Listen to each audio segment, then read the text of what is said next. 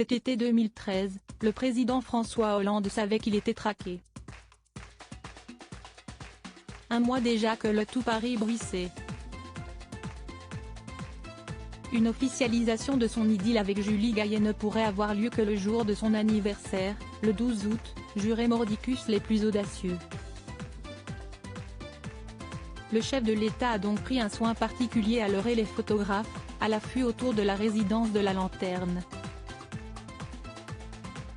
Il s'y reposait depuis le 4 août, premier jour de ses courtes vacances et devait officiellement y séjourner jusqu'au 14 août.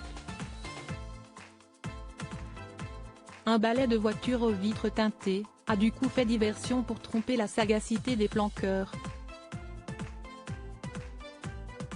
Le président n'était pas dans l'une de ses berlines et il avait en fait mis le cap au sud dès le 6 août, vers des eaux plus calmes, tout en restant l'œil rivé sur les mers démontées de l'actualité internationale.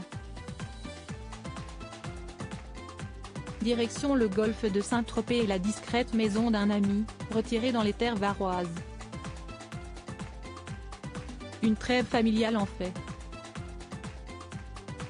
Puisque François Hollande avait fêté son anniversaire entouré de ses 4 enfants, qui s'étaient chargés d'apporter le gâteau. Chez Pierre Lescure avant cet aparté intime, le chef de l'État s'était offert le dimanche 10 août une halte chez son ami Pierre Lescure, à l'Isle-sur-la-Sorgue. Ce petit bijou luberonais est propice aux balades en amoureux le long du canal qui paraissent entre ces ruelles.